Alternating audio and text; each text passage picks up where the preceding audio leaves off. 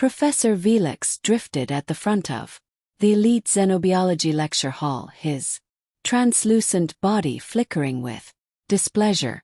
The Galactic Academy's brightest minds from 40 alien races waited in silence, and today's exchange student report was about to begin.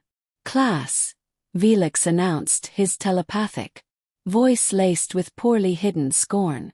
Today's presentation comes from our visiting human student. Remember, Earth is still classified as a level C world, so adjust expectations accordingly. 12-year-old Tommy Matthews rose, looking ridiculously small among beings that could phase through realities, photosynthesize antimatter, or calculate probabilities faster than thought. Several literally looked down at him. The towering Gorvathian heir had shrunk herself from 20 feet tall just to fit inside the room. My report, Tommy began, holding up what looked like a rough sketch, is about survival. The Zithian princes.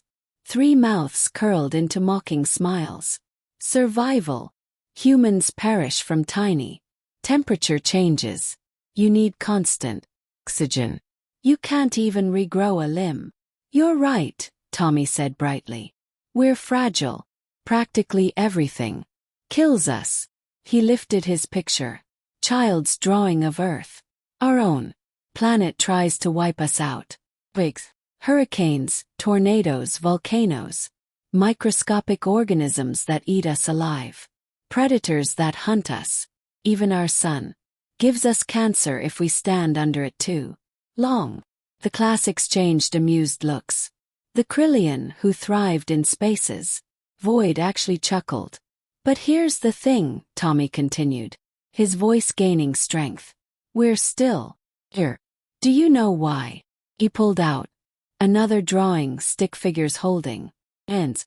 Because we're absolutely, utterly, ridiculously stubborn about not dying. Professor Felix flickered with annoyance. Young human, this is a science. 300,000 years ago, Tommy interrupted, startling everyone.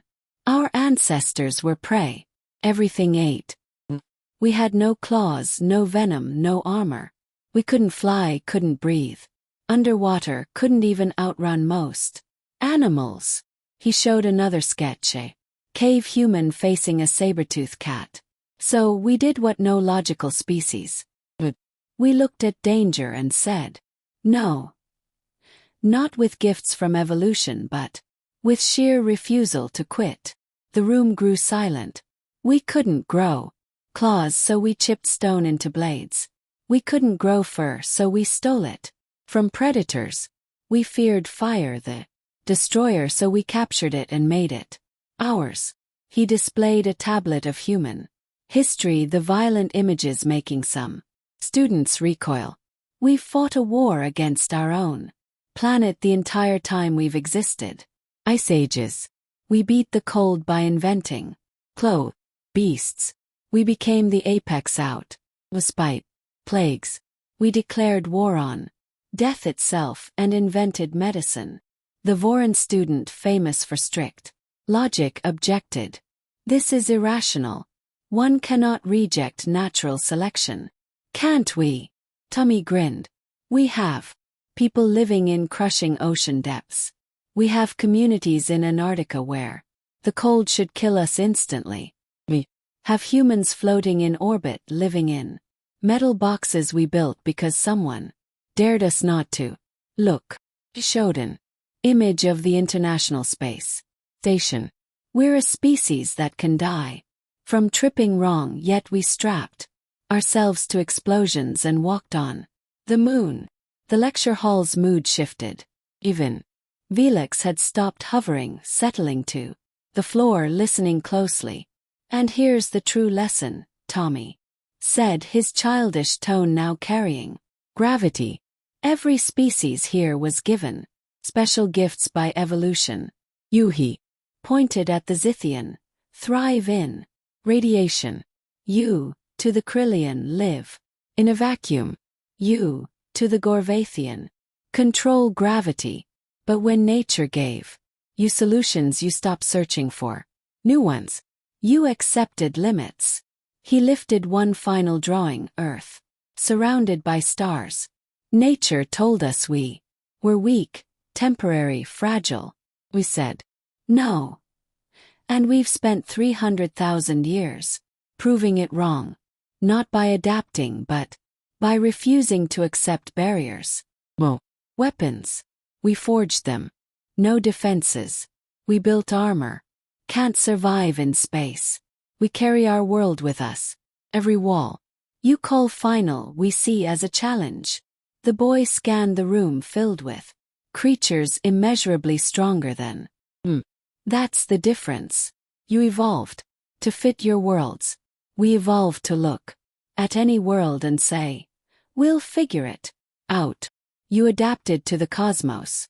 We're forcing the cosmos to adapt to us. Classroom sat frozen. Finally the massive Gorvathian delegate spoke, her voice trembling. You describe a race of reality deniers who endure through sheer collective madness. Tommy's smile widened. Exactly. Isn't it amazing? Later, Professor Velix recorded it as the only presentation in Academy history to receive perfect marks from every student, even those who didn't believe. In grading, the official entry listed it as a competent study of human survival. The whispered rumor through halls and dorms told another story. A 12-year-old human had just revealed why his species unsettled everyone. They were too stubborn to understand when they were supposed to lose.